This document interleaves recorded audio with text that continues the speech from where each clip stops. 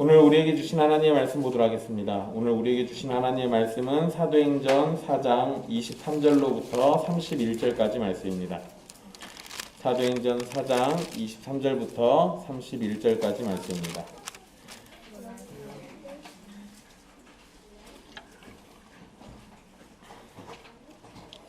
귀하신 하나님의 말씀 받들어서 읽도록 하겠습니다. 사도들이 노임에 그 동료에게 가서 제사장들과 장로들의 말을 다 알리니 그들이 듣고 한 마음으로 하나님께 소리를 높여 이르되 대주제여 천지와 바다와 그 가운데 만물을 지은 이시오 또 주의 종 우리 조상 다윗의 입을 통하여 성령으로 말씀하시기를 어찌하여 열방이 분노하며 족속들이 허사를 경영하였는고 세상의 군왕들이 나서며 관리들이 함께 모여 주와 그의 그리스도를 대적하도다 하신 이로소이다. 과연 헤롯과 본디오 빌라도는 이방인과 이스라엘 백성과 합세하여 하나님께서 기름 부으신 거룩한 종 예수를 거슬러 하나님의 권능과 뜻대로 이루려고 예정하신 그것을 행하려고 이 성에 모였나이다. 주여 이제도 그들의 위협함을 굽어보시옵고 또 종들로 하여금 담대히 하나님의 말씀을 전하게 하여 주시오며 손을 내밀어 병을 낫게 하시옵고 표적과 기사가 거룩한 종 예수의 이름으로 이루어지게 하옵소서 하더라. 빌기를 다음에 모인 곳이 진동하더니 무리가 다 성령이 충만하여 담대히 하나님의 말씀을 전하니라. 아멘. 이 말씀은 살아계신 하나님의 말씀입니다.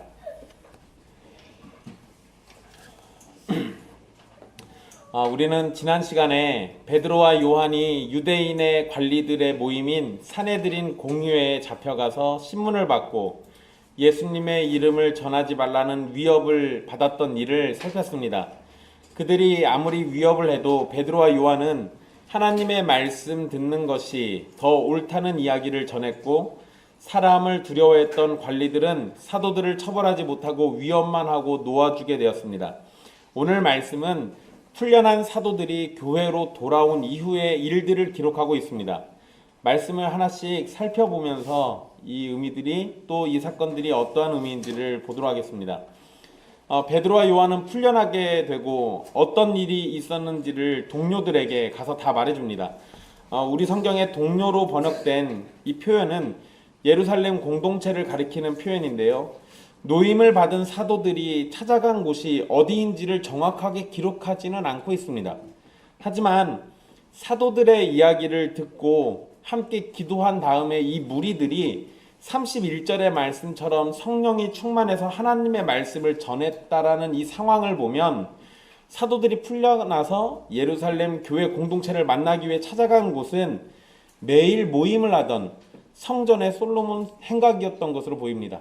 그러지 않고는 사람들이 모였는데 성령이 충만하고 복음을 증거했다? 주변에 다 자기들끼리만 있었으면 복음을 증거할 리가 없잖아요. 그러니까 믿지 않는 사람들과 같은 자리에 있었던 곳, 그렇게 놓고 보면 솔로몬 행각이 가장 유력합니다. 제가 왜 이 장소 얘기를 하냐면 체포당했다가 풀려난 상황이면 당분간은 조심하기가 쉽죠. 제가 이 부분 읽으면서 솔직히 저였으면 벌써 도망갔습니다. 그 앞에서는 이렇게 담대하게 얘기하고 그럴 수 있을지 몰라도요. 나오면서 바지에 오줌 지릴까봐 뒤도 안 쳐다보고 막 냈다 도망갔을 건데 여러분 이 사내들인 공회가 모이는 곳하고 솔로몬 행각은 400m 정도 떨어져 있어요. 그러니까 옆이에요. 그냥.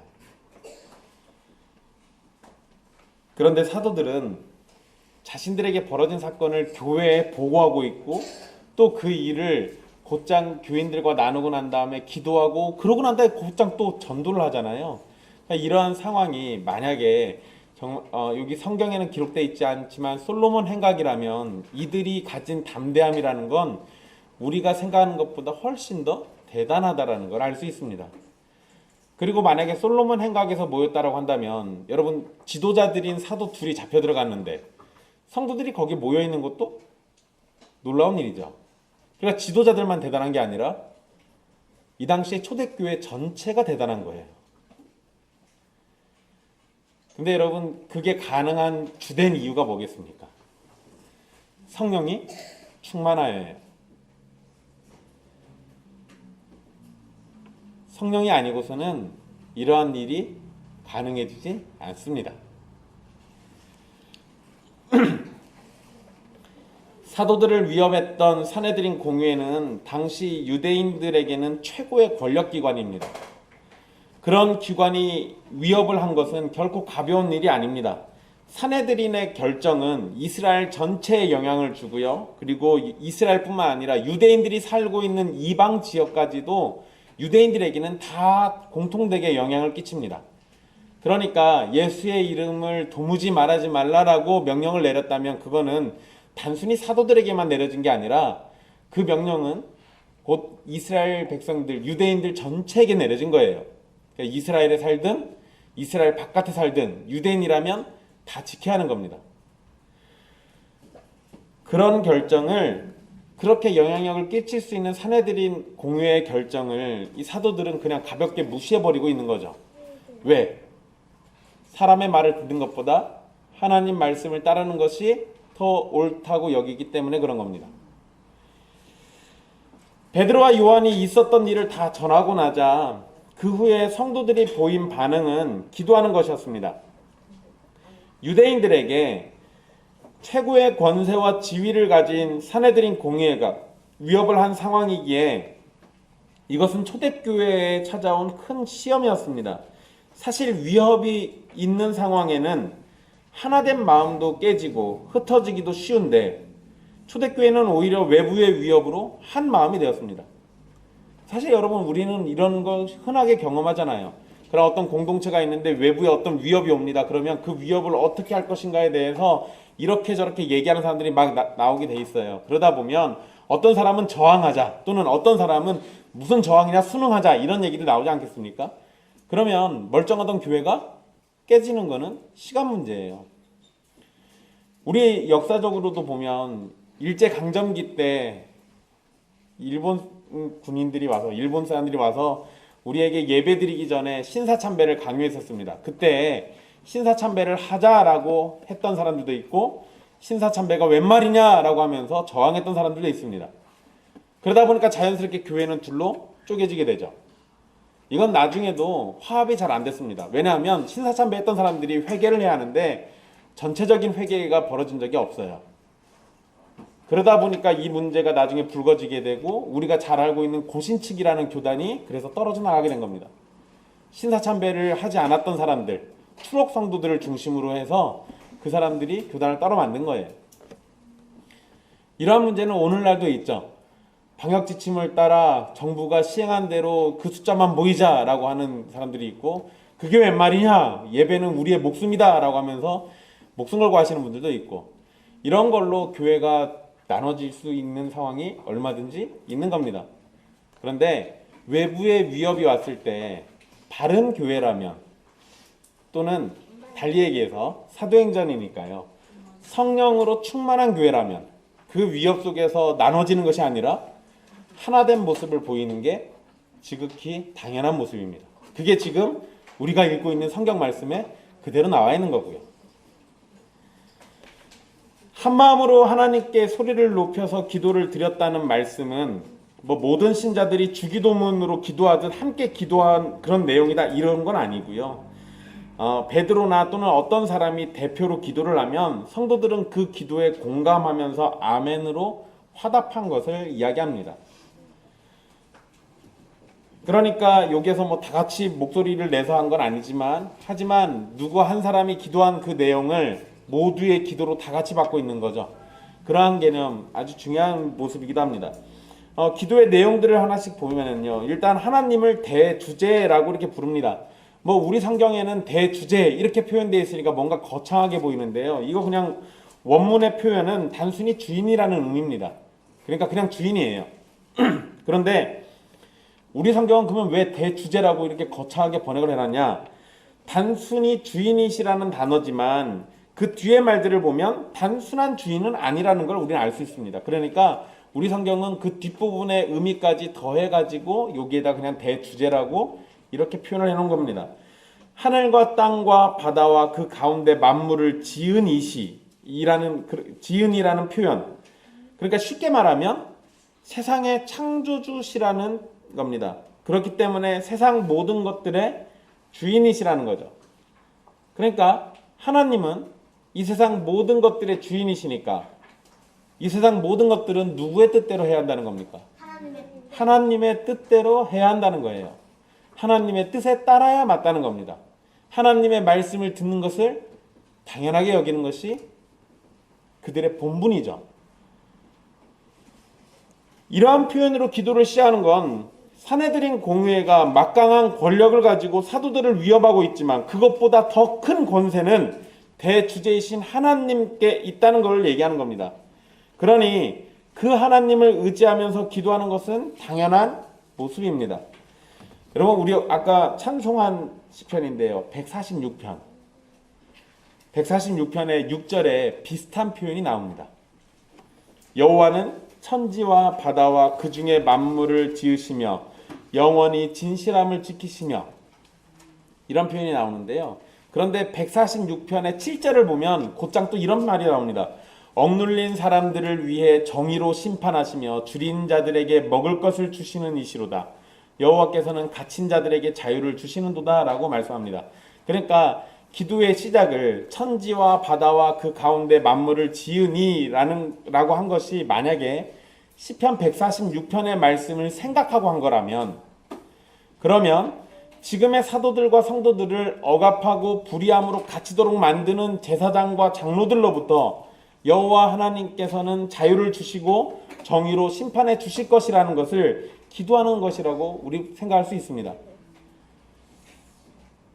우리가 이런 부분들을 좀 주의해서 봐야 하는데요. 여러분, 신약 성경의 기도는요, 그냥 막 즉흥적으로 나오기보다는 대체로 신약의 기도들은 구약 성경에 있는 말씀들을 인용합니다.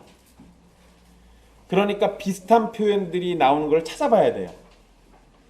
그래서 찾아보니까 146편의 6절이 이 시작 부분이 똑같아요. 그런데 여러분, 이거는 제가 전에도 한번 말씀드린 적이 있습니다. 구약을 인용할 때요, 특히 시편을 인용할 때 한 구절만 인용해도 전체를 다 인용한 거하고 똑같이 이해하시면 됩니다. 이게 한 가지 예를 들어드리면 쉬운데요. 여러분, 예수님이 십자가에 달려서 돌아가실 때 하셨던 말씀이 있죠. 엘리 엘리 라마 사박다니, 나의 하나님 어찌하여 나를 버리셨나이까. 근데 이 말씀이 시편 22편에 나오는 말씀이에요. 그러니까 당시 문학의 기법으로 보면 예수님이 하나님 왜 나를 버리셨어요? 라고만 외치고 있는 게 아니라 시편 22편 뒷부분에 나와 있는 모든 내용을 그 순간 다 기도하신 거예요. 22편의 시작은 왜 나를 버리셨습니까? 라고 얘기하고 그 이후에는 그 노래를 하는 사람이 온갖 고초를 당하는 얘기들이 나옵니다. 그런데 마지막에 뭐가 나오냐면 하나님의 구원이 나와요. 그러니까 나의 하나님이라고 외치고 계시지만 실제로는 뭘 얘기하고 계신 겁니까? 하나님의 구원하심을 노래하고 있는 거예요. 그냥 단순히 그 말만 놓고 보면, 아니 예수님 믿음도 없나 봐, 십자가에 거창하게 달리시더니 거기 가가지고 왜 저렇게 소리를 지르실까, 이러기가 쉬운데요. 실제로는 그런 게 아닙니다. 그러니까 그런 배경을 놓고 생각하시면 신약 성경에서 어떤 한 구절을 인용하면 앞뒤 문맥의 내용들을 다 같이 이해하고 있는 거라고 보시면 됩니다. 그러니까 이 앞부분 146편 6절을 만약에 인용한 것이 맞다면, 그러면 146편 7절도 사도들과 이 초대교회 성도들은 함께 염두에 두고 있다라는 겁니다. 그러니까 쉽게 얘기하면 이런 거죠. 제사장과 장로들이 우리를 억압하지만 하나님께서는 우리에게 자유를 주실 거고 정의로 심판해 주실 겁니다. 그러니까 대주제이신 하나님, 우리의 형편을 굽어 살펴 주시옵소서, 이 얘기를 하고 있는 거죠. 25절과 26절 말씀을 보시면은요, 이젠 다윗의 시를 인용합니다. 다윗의 시를 인용하는데요. 25절에서 다윗의 입을 통하여 성령으로 말씀하시기를, 이런 표현이 나옵니다. 이 말은 다윗의 말이 곧 하나님의 말씀이라고 말하는 겁니다. 물론 조심하실 게 있어요. 다윗이 한 모든 말이 하나님의 말씀은 아니죠. 그런데 다윗이 한 말들 중에 성령님께서 다윗의 입을 통하여 말씀하시고 그 내용들을 성경에 기록한 내용들이 있어요. 특히 시편에 있는 말씀들을 얘기하는 겁니다. 그것들은 다 하나님의 말씀이라고 지금 이해하고 있는 겁니다. 그러니까 여러분 여기 초대교회가 지금 이렇게 이해하고 있는 거는요, 성경 해석의 굉장히 중요한 틀인데요. 구약 성경을 이해할 때 선지자들이 한 이야기는 단순히 어떤 선지자가 한 얘기로 끝나는 게 아니라 그게 누가 하신 얘기라는 거예요. 하나님이 해주신 얘기라는 거죠. 그러니까 우리가 구약에 있는 말씀들을 하나도 놓치지 않고 하나님의 귀중한 명령과 말씀으로 여기는 것이 바로 이러한 말씀들을 토대로 우리에게 주어지는 겁니다.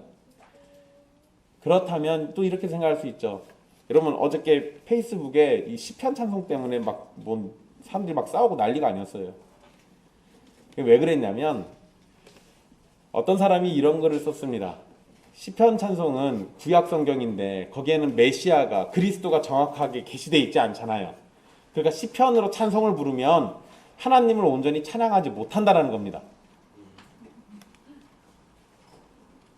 여러분 이렇게 말이 맞으면은요, 그러면 구약 시대의 성도들은 다 구원을 못 받거나 구원을 받더라도 좀 어정쩡하게 받거나 막 이래야 돼요. 왜? 구약 성경 말씀으로 구원에 도달해야 하니까. 이게 맞을까요? 아니요, 그러지 않아요. 구약의 말씀이 예수 그리스도를 정확하게 딱 지적하지 않는다 할지라도 구약의 말씀은 보내실 메시아를 가리키고 있고 여자의 후손을 의미하고 있습니다.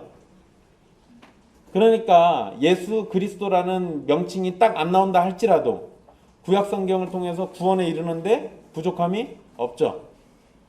그러한 개념들 잘 기억해 두십시오.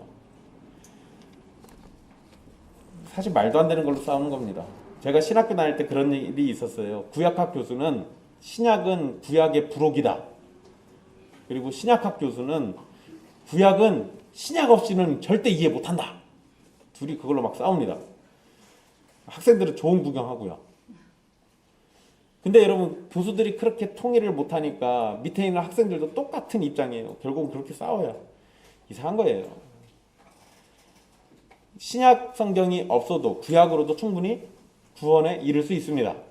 그렇지만 신약 성경이 있으므로 구약의 말씀들은 더 풍성하게 우리에게 증거가 됩니다. 그러니까 둘은 있어도 그만 없어도 그만 이런 게 아니라 상호 보완적인 거예요.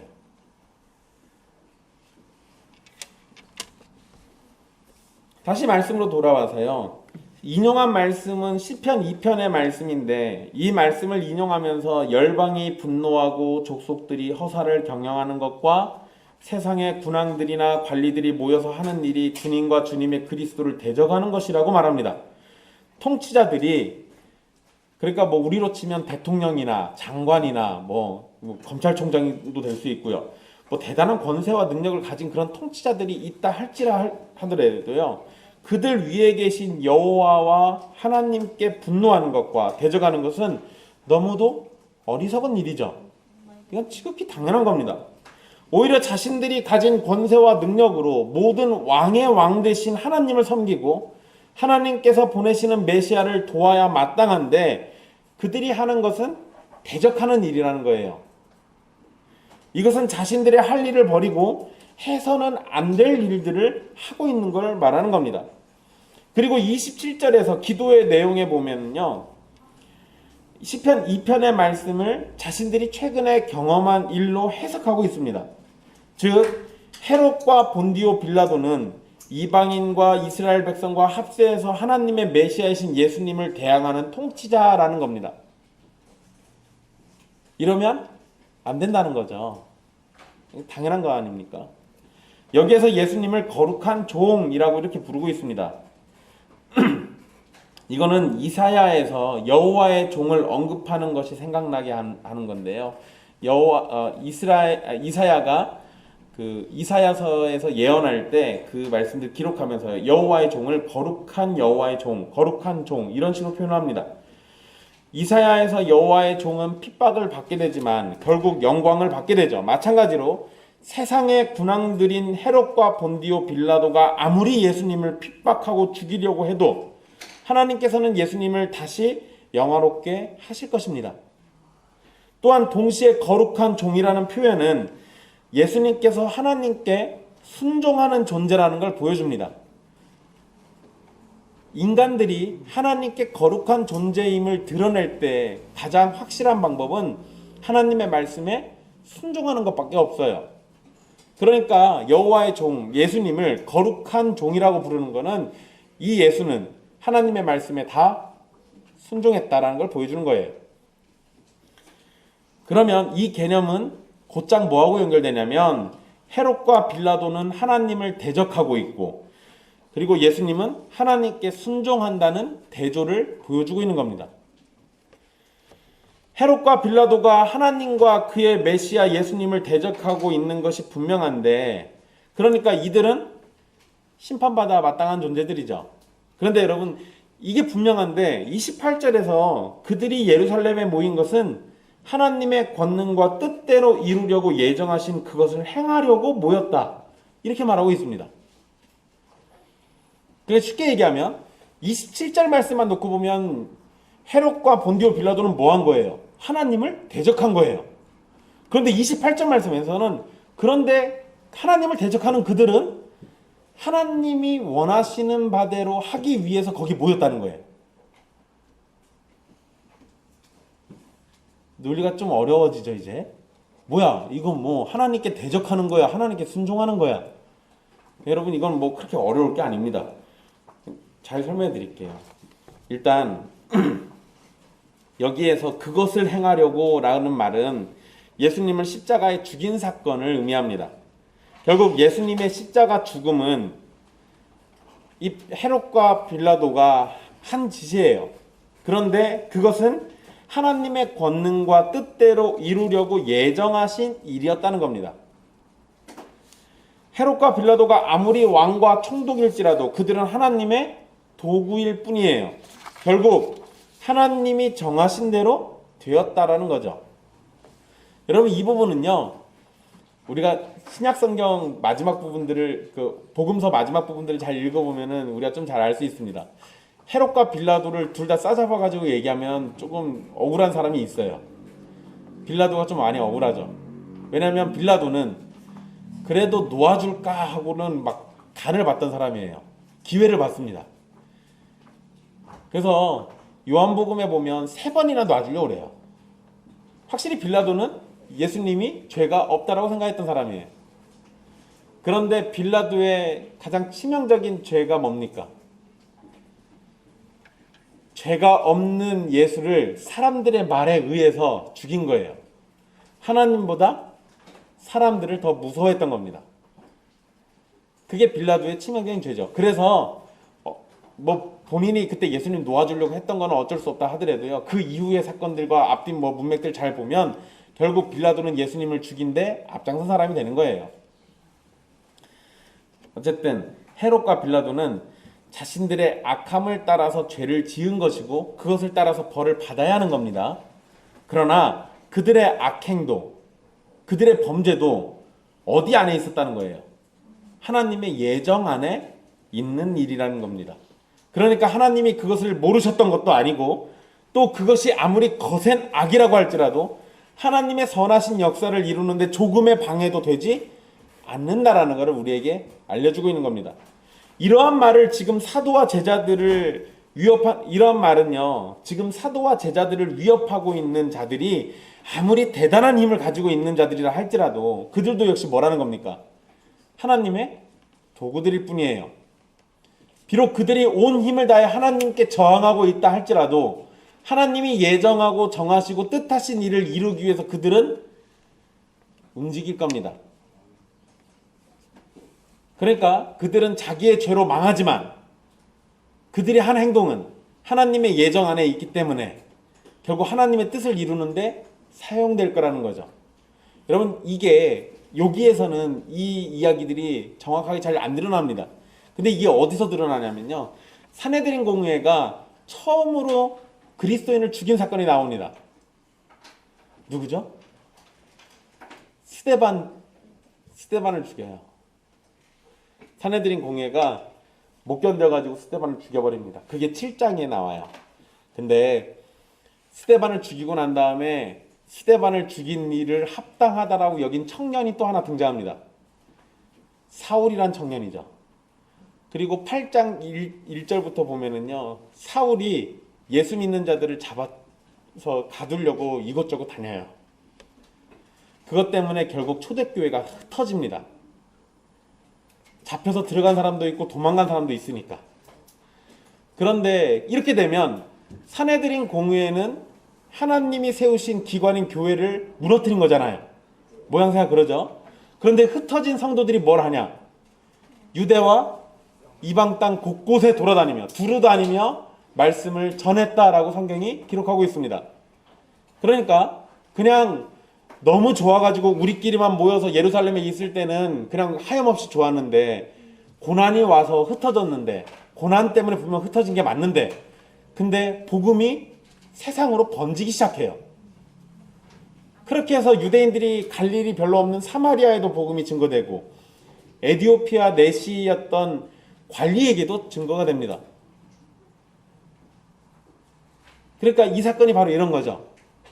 분명 하나님의 교회를 대적하는 이들은 하나님의 뜻에 반대되는 행동을 하고 있는 거예요. 죄를 짓는 거니까.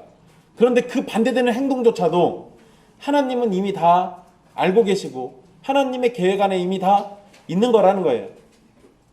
그러니까 하나님은 그들의 악함조차도 사용하셔서 하나님의 선한 일을 이루신다는 걸 보여주는 겁니다.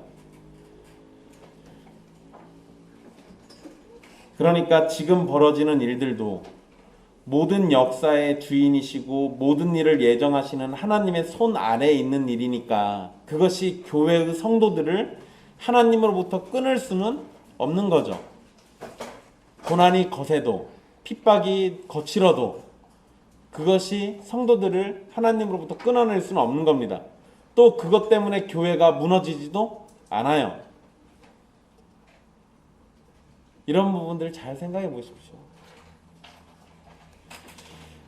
그리고 난 다음에 이제 29절부터 30절까지 신자들은 세 가지의 기도 제목을 말하는데요.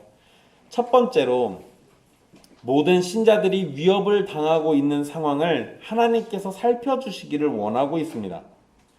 그래서 29절에 주여 이제도 그들의 위협함을 굽어보시옵고 라고 이렇게 얘기하죠.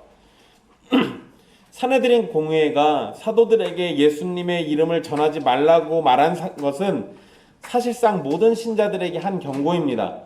그러니 이런 상황에 그들의 위협을 하나님께서 봐주시고 신자들을 위해서 간섭해 주시기를 바라고 있는 겁니다. 그런데 위협함을 봐주시고 간섭해 주시기를 기도는 하고 있지만 여기다가 대놓고 그들을 물리쳐 달라고 하거나 고난과 핍박으로부터 안전하게 지켜달라고 기도하진 않습니다. 이것이 초대교회의 기도예요. 자신의 안전이나 보호를 기도하기보다는 하나님께서 관심 있게 봐주시되 주님의 뜻대로 되게 해달라는 기도를 하고 있는 겁니다. 예수님이 십자가에서 죽으셔야 구원의 역사가 성취되는 것이죠. 만약에 하나님께서 예수님을 끝없이 보호하기만 하셨다면 예수님은 십자가에서 죽지 않으셨을 것이고 우리는 아무도 구원을 얻지 못하게 됐을 겁니다.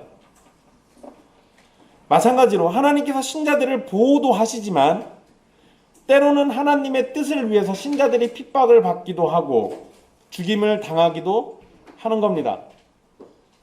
그래서 보호를 요청하는 기도를 하지 않아요. 지금 필요한 건 보호를 요청하는 기도가 아니라는 거죠. 그렇다고 해서 여러분 보호해 주세요라고 기도를 하지 말라는 건 아니에요. 오해하지 마세요. 여러분 막 지금 우리 코로나 때문에 난리잖아요. 하나님 코로나 안 걸리게 해주세요. 이 기도가 잘못된 건 아닙니다. 하셔도 돼요. 괜찮습니다.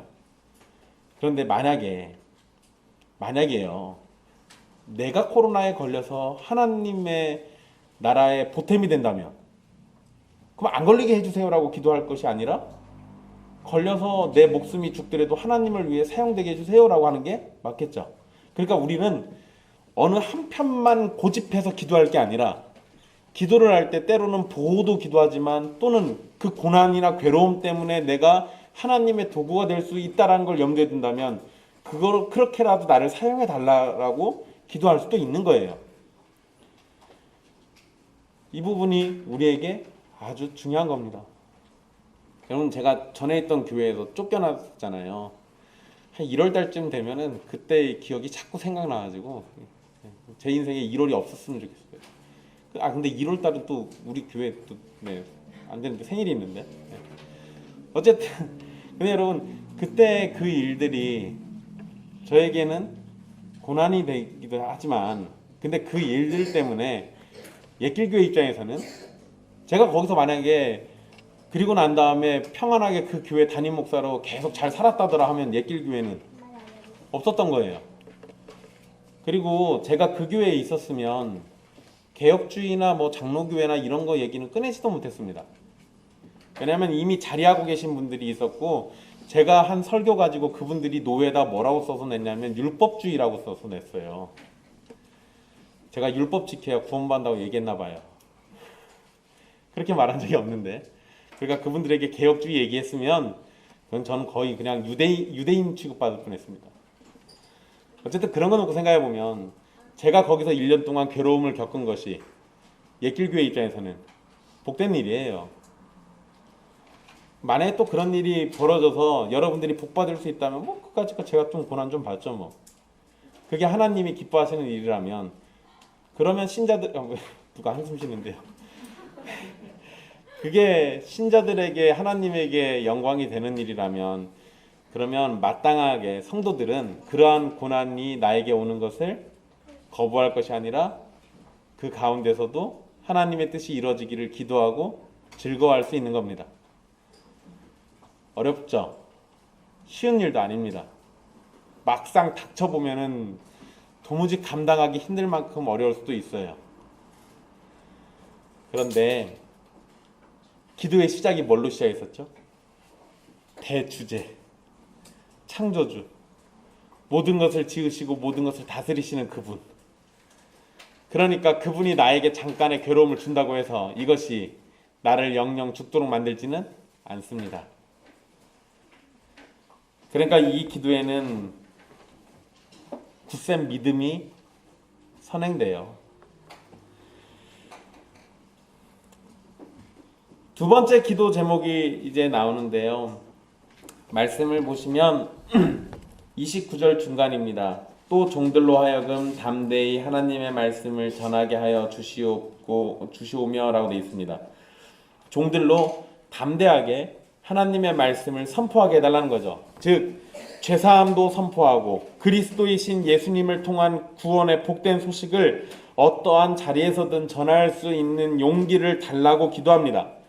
여러분, 이 부분에서 보호를 요청하지 않았던 이유가 조금 더 선명해지는 건데요. 만약에 보호를 요청하는 것이 의지하는 모습일지는 모르지만 그것은 담대하게 복음을 전하는 것에는 소극적인 모습을 보이기가 쉽습니다. 그러니까 이런 거죠. 하나님 저를 보호해 주십시오. 우리 지금 고난받게 생겼습니다. 예수님 이름으로 증거도 하지 말래요.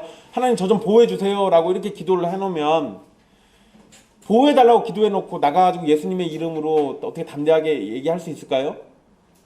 왜냐하면 보호라는 것을 요청하면 아무래도 내가 공격받는 게 두려우니까 움츠려들지 않겠어요?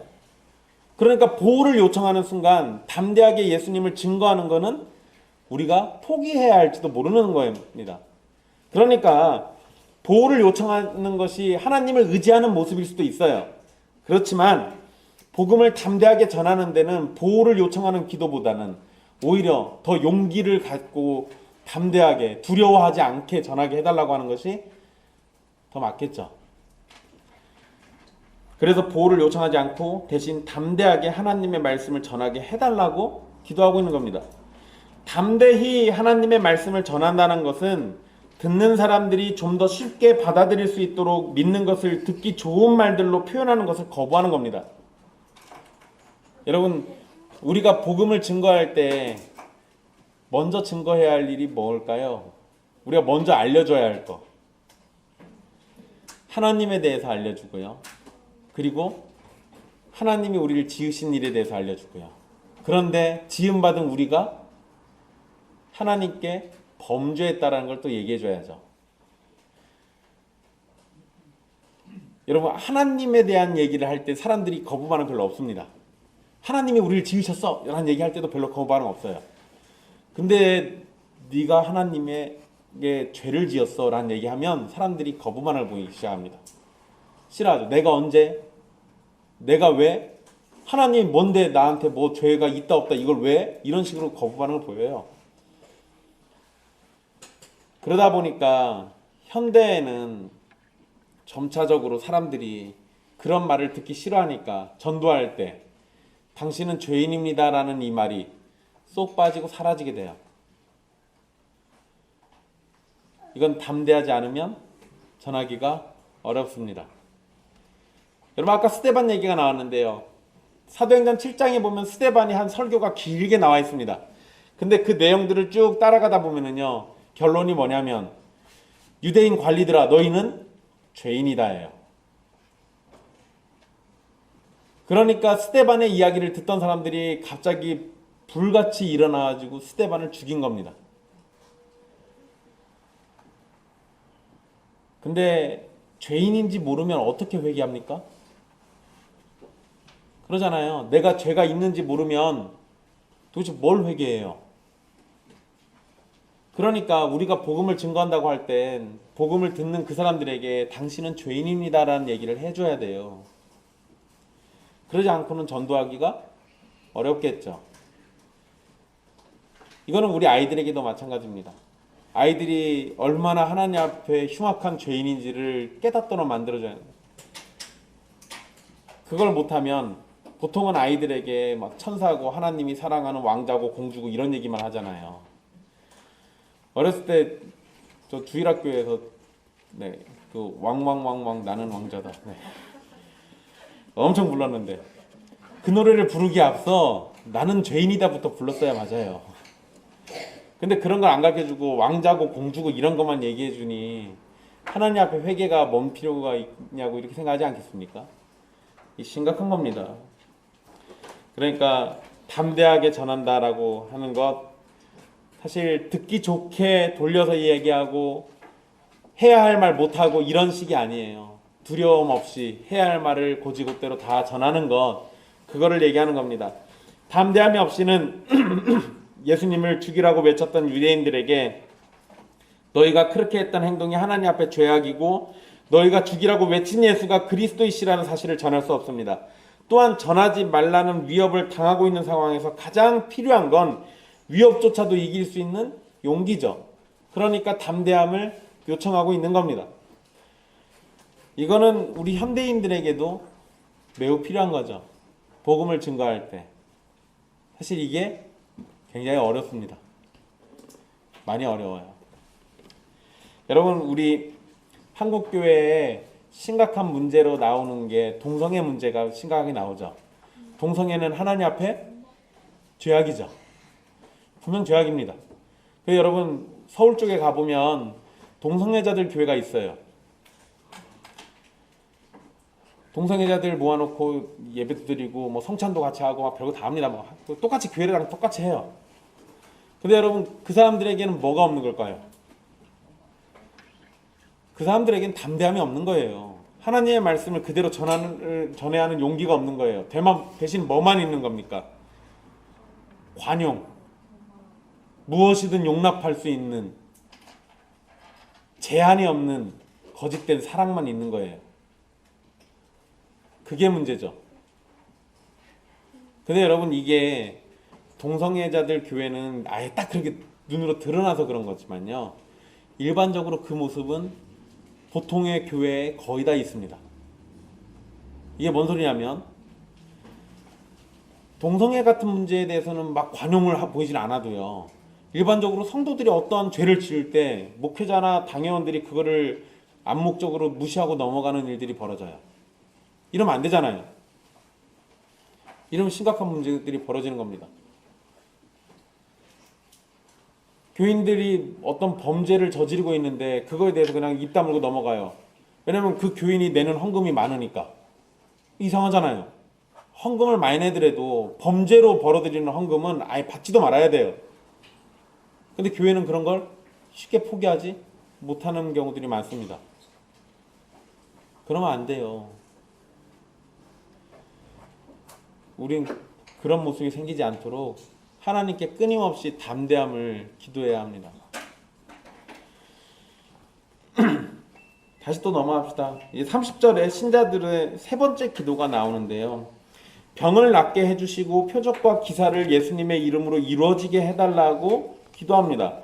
성전 미문에서 걷지 못하던 거린을 고친 사건으로 인해서 베드로와 요한은 복음을 설교할 수 있었고 예수님을 증거할 수 있었습니다. 즉 병 고친 사건으로 인해서 복음을 전할 수 있는 역사가 일어났기 때문에 다시 치유의 역사가 일어나기를 기도하는 겁니다. 그렇게 해서 예수님의 이름을 더 증거하고 복음을 선포할 기회가 더 생기게 될 것이기 때문에 그렇습니다. 사실 지금 베드로와 요한이 고난을 당하고 위협을 당하게 된 계기도 병 고침 사건이었습니다. 그런데도 교회는 그러한 일이 계속 일어나기를 기도하고 있어요. 성도들이 그것으로 고난을 받을지라도 예수의 이름을 증거하는 데 도움이 된다면 표적과 기사가 계속 일어나기를 기도하는 겁니다. 그리고 이 기도는 사도행전 5장 12절을 보면 표적과 기사가 많이 나타났다라는 기록으로 하나님께서 응답해 주셨다라는 것을 알 수 있게 됩니다. 또 여러분 나중에 보면요. 스데반도 기적을 행합니다. 스데반 이후에 빌립도 기적을 행해요. 그런 것들을 놓고 보면 하나님께서 이 기도를 응답해 주시고 그렇게 병 고침과 기적들을 통해서 계속해서 예수 그리스도의 이름이 증거되도록 해주셨다라는 것을 우리에게 가르쳐주고 있는 거죠. 이러한 간구는 표적과 기사가 자신들의 힘으로 되어진 일이 결단코 아니라는 사실을 분명하게 알고 있는 겁니다. 성도들은 오직 그러한 능력이 누구로부터만 나올 수 있다고 생각하는 겁니까? 하나님으로부터만 나올 수 있다라고 생각하고 있는 겁니다. 그러니까 하나님께 기도하면서 그러한 일들이 계속 일어나기를 바라고 있는 거죠. 그러니까 여러분 우리 중에도 이러한 기적과 병 고침, 나음이 필요하다면 하나님께 기도하시면 됩니다. 하나님께서 원하신다면 해 주실 거예요. 에이 목사님 개혁주의 교회에서 뭐 그런 얘기를 합니까? 개혁주의 교회는 기적을 안 믿습니까? 기적을 안 믿는 교회는 교회가 아니에요. 왜 그런지 아십니까? 저나 여러분 같은 죄인들이 예수님 믿은 건 기적 아니에요?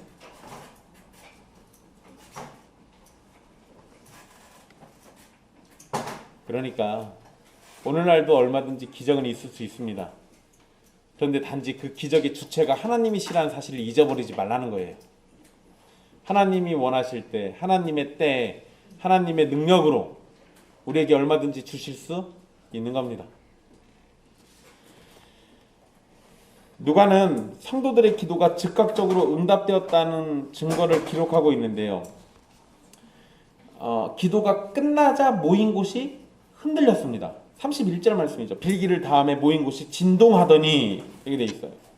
기도가 끝나자마자 모인 곳 흔들립니다. 이것은 하나님이 그들의 기도를 들으셨다는 하나의 표적이죠. 그리고 여러분 원래 땅이 흔들리는 일은요 구약 성경에서 대체로 보면 하나님이 임재하실 때 나타나는 일입니다. 그러니까 그 자리에서 하나님이 기도를 응답해 주시고 또한 하나님이 그 기도를 듣고 응답해 주시려고 그 자리에 임하셨다라는 걸 상징적으로 보여주는 거예요.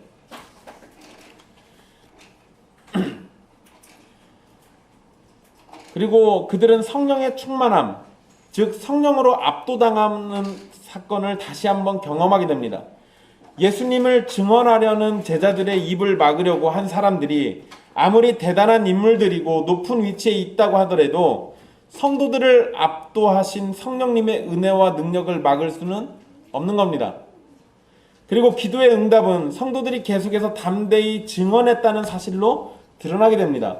그래서 31절에 무리가 다 성령이 충만하여 담대히 하나님의 말씀을 전했다라고 기록되어 있잖아요. 곧장 하나님께 드린 기도가 응답을 받았던 거죠.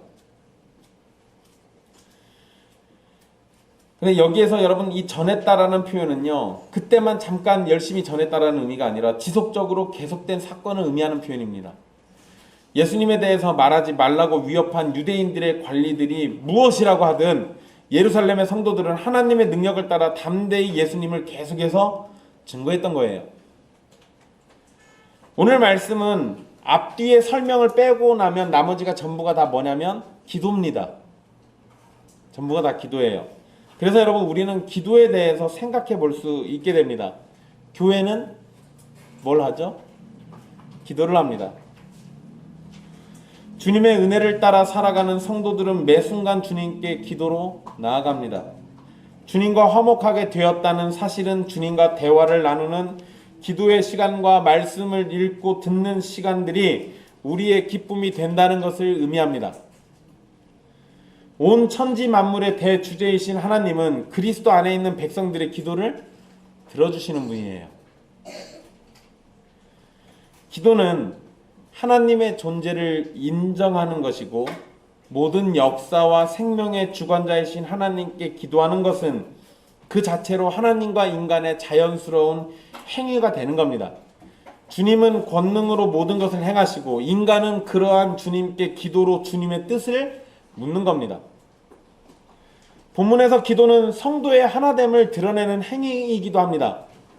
이 부분이 또 초대교회에게는 굉장히 중요한 건데요. 사도들이 풀려나서 자신들이 당한 일을 이야기했을 때 그들은 함께 기도했습니다. 사도들이 당한 일은 그냥 그들의 일이다 이렇게 하고 끝낸 게 아니라, 그 일은 곧 자신들의 일로 여겼고, 사도들에게 필요한 간구를 자신들의 간구, 기도 제목으로 여기고 있는 겁니다. 이렇게 기도로 교회는 하나됨을 드러내고 있는 겁니다. 한마음으로 성도들이 기도하면서 하나님을 의존했습니다. 어떤 뛰어난 신학과 성경의 탁월함을 가지고 있다고 할지라도 기도로 하나님 앞에 무릎을 꿇고 의존하지 않는다면 그 모든 것이 의미가 없어지게 되는 겁니다. 하나님을 의존하는 것을 드러내는 기도는 하나님의 하나님 되심을 더욱 드러내는 것이고, 성도 곧 우리 스스로의 연약함을 인정하고, 성도는 하나님으로부터 공급을 받으며 살아간다는 사실을 더욱 확고하게 만들어줍니다.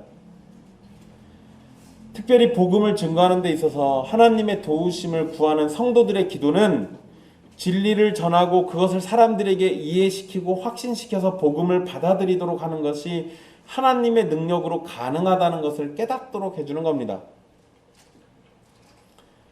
복음을 전하는 건 사람이지만 그것이 능력되게 나타나도록 하시는 것은 하나님이시죠. 그러니 복음을 전하라는 사명을 받은 우리는 하나님의 능력이 나타나도록 주님께 기도하고 담대히 복음을 전할 수 있게 해달라고 간구해야 하는 겁니다. 여러분, 복음 전하실 때 힘들 겁니다. 쉽지 않죠. 특히 여기 우리는 아이들이 있는 집이 많잖아요. 아이들에게 복음 전할 때 쉽지 않습니다. 어린 자녀들에게, 가족들에게 복음을 전하는 거 굉장히 어렵습니다. 그래서 내 능력이 이거밖에 안 돼서 제대로 못 전할까 봐 두려움도 오기도 하고요. 아이들에게 더 좋은 걸 줘야 하는데 그러지 못하는 것 때문에 마음이 낙심될 때도 있을 겁니다. 그런데 여러분, 우리의 능력을 따라 복음의 능력이 나타나는 것이 아니라 우리는 그냥 주어진 대로 전하는 것이고, 그 능력은 누구만 하시는 겁니까? 하나님이 하시는 거예요. 그러니까 여러분의 능력 없음 때문에 정 그렇게 걱정이 되시고 두려움이 생기시면 뭘 하면 됩니까? 하나님께 능력으로 저들을 깨우쳐 주시라고 기도하면 되는 겁니다. 주님께 기도하시면 돼요. 주님, 저는 부족한 입술을 열어 증거합니다. 제가 온전히 못 전할 겁니다. 제대로 알려주지도 못할 겁니다. 저들의 머릿속에 남겨지지도 않을 수도 있습니다. 그러나 주님께서 담대히 능력을 행하시어 저들에게 마땅히 알아야 할 걸 알게 하시고, 깨달을 걸 깨닫게 하시고, 고백할 걸 고백하게 하셔서 하나님의 백성이 되도록 은혜를 베푸소서. 내 능력에 달려있는 게 아니라 하나님이 능력을 행하시는 데 달려있다는 걸 잊어버리지 마십시오. 이거 오해하면은요, 나중에는 강압하게 돼요. 내가 원하는 대로 애들이 안 따라올 때 강압하고, 또 나 스스로를 강압하게 됩니다. 내가 능력이 이거밖에 안 되는가 봐. 더 열심히, 더 처절하게 자꾸 이러다 보면은요, 삶이 피폐해집니다. 여러분이 다 하려고 하지 마시고요. 하나님이 하실 일들이 있어요. 거긴 침범하지 마십시오. 하나님이 하실 일들에 대해서 우리가 넘어서려고 할 이유가 없는 겁니다. 그렇게 되면 그런 행동을 알미니안이라고 부르는 거예요. 그러지 마십시오. 그리고 여러분, 성도들이 표적과 기사가 나타나기를 기도한 것을 우리에게도 적용해 볼 수 있는데요. 오늘날도 교회나 선교지에서 기적이 나타나는 경우가 있습니다. 그러나 기적이 나타나는 것은 전적으로 하나님의 주권에 달린 일이고 사람들이 원한다고 일어나야 하는 일이 아닙니다. 그러하기에 교회 생활이나 선교에서 기적을 하나의 방법이나 수단으로 사용해서는 안 되는 것이고 사용할 수도 없는 겁니다. 기적이나 표적은 우리에게 있어서 수단이 아닙니다. 우리의 수단이 아니에요. 그저 하나님의 은혜일 뿐이죠. 기적과 표적은 하나님에게 있어서는 수단이 맞습니다. 그러나 그것이 중심이 아니라 그러한 은혜를 베푸시는 하나님을 바라보도록 만드는 수단이에요. 어떠한 사람이든 어떠한 방법이든 어떠한 노력으로도 하나님의 기적을 요구할 수는 없는 겁니다. 우리가 기도로 은혜를 베풀어 주시기를 기도할 수는 있으나 무슨 대단한 능력 있는 목사라든지 영적으로 탁월한 목사가 기도하면 된다는 식의 말은 순전한 거짓말입니다. 하나님이 하시는 것이지 사람이 하는 일이 아니기 때문에 그렇습니다. 새벽 기도를 참석하고 40일 작정 기도를 하고 금식 기도를 하고 기도원에 올라가서 무슨 종교 행위를 하더라도 그것이 하나님께 기적과 표적을 요구할 수 있는 자격이 되는 건 아닙니다. 기적과 표적, 병 고침과 같은 것은 하나님의 주권적인 은혜 아래에서 우리에게 주어지는 것이라는 사실을 기억하십시오. 그저 우리가 할 수 있는 건 그러한 은혜를 우리도 누리게 해달라고 기도하는 것밖에 없는 겁니다. 오히려 어떠한 방식으로든 하나님께 기적을 요구하는 것은 하나님을 의존하는 모습이 아니라 하나님을 다스리려는 그러한 모습이 될 수도 있는 겁니다. 그러니 이것은 단순히 기도를 하는 수준이 아니라 하나님을 수단으로 사용하려는 죄악이 되는 모습이에요. 참된 신자라면 예수님의 이름으로 하나님의 주권적인 뜻에 따라 병 고침과 기적을 주시기를 기도할 뿐입니다. 그것이 이루어지지 않더라도 선하신 하나님을 의심하거나 불신하지 않습니다. 설사 기적과 표적이 나타난다고 하더라도 그것을 통하여 예수님의 이름만을 증거할 뿐이고 하나님만을 찬양하는 것이지 그것이 우리의 욕망이나 이름을 내거나 불편을 하는 것을 해결해 주기 위한 수단이 되어서도 안 되는 겁니다. 사랑하는 형제 자매 여러분, 사도들은 위협을 받았지만 성도들은 하나님께 기도했습니다. 여러분의 자리는 어디에 있습니까? 여러분은 지금 자리에서 기도를 하고 계십니까? 복음을 위해서, 복음 전파를 위해서, 주님 나라를 위해서, 하나님의 영광을 위해서 쉬지 말고 기도하십시오. 또한 우리 안에 기도할 제목이 얼마나 많습니까? 병든 성도를 위해서 기도하고, 아픔이 있는 성도를 위해서 기도하고, 누군가의 형편을 위해서 기도하고, 삶의 어려움을 위해서 기도하고, 또 선교를 준비하는 가정을 위해서도 기도해야 하죠. 이렇게 서로를 위해서 기도할 때 그때 우리는 하나된 교회를 각자 기도하는 바로 그 자리에서 경험하게 되는 겁니다. 우리가 매주 한 자리에 모여서 예배 드려야만 하나된 교회가 아니라 흩어져 있더라도 서로를 위해서 기도할 때 그 순간 우리 하나가 되는 거라고요. 기도의 자리는 우리를 더욱더 신실한 백성으로 자라도록 돕는 수단이 될 것이고 기도의 자리에서 우리는 우리의 원함보다 주님의 음성을 통한 사랑하심을 더욱 경험하게 될 것입니다. 초대교회가 자신들의 안전보다 복음 전파를 위해서 기도했던 것처럼 여러분의 욕망보다 하나님의 나라를 위해서 기도하는 성도들이 되시기를 간절히 바랍니다. 서로를 위해서 기도하시면서 하나됨을 드러내시고 예수님께 받은 사랑을 증거하는 여러분이 또 되십시오. 기도가 사랑을 나타내는 가장 확실한 방법이기도 합니다. 그 방법이 저와 여러분의 삶을 가득 채우고 하나님을 사랑하고 성도를 사랑함이 우리 안에 가득 있기를 간절히 바랍니다.